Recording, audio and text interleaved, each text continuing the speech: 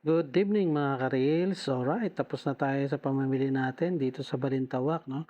So every week, ginagawa natin to, mamimili tayo sa Balintawak kasi alam mo, mas mura talaga ang mga paninda dito kaysa sa palengke. Kaya hangga't maaari, mas maganda talaga mamili dito.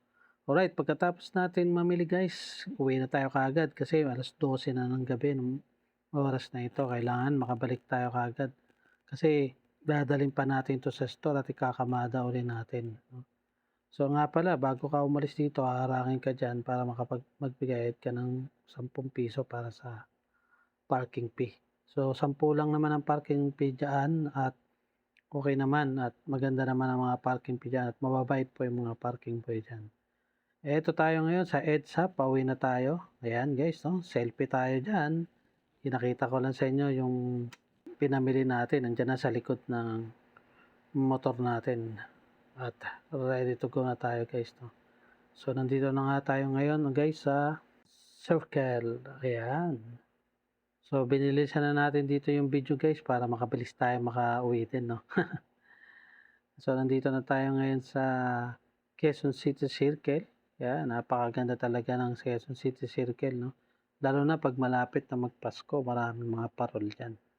So, ang sarap, malamig ang simoy ng hangin at talaga na mga kaka-refresh ang paligid dyan, no? Lalo na pag Christmas, maraming mga ah, Christmas light at maganda talaga dyan sa loob na yan. Pwede talagang pasyalan ng mga magpapamilya, no? Pala guys, no, ganun pa rin ang presyo ng mga bilihin, no? Medyo mataas pa din. Talagang hindi pa rin bumababa. Yung kilo ng sibuyas, 130 pa rin ang kilo, no?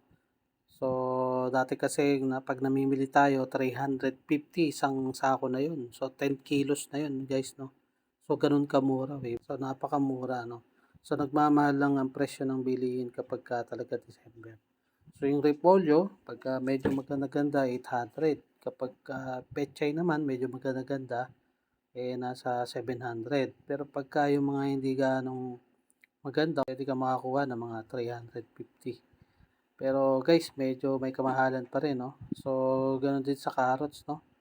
Pagka gusto mo yung maganda talagang klase ng carrots, mga nasa 1,000. Kapag mawalan din guys, yan, nagmamahal din talaga ang mga presyo ng gulay, no?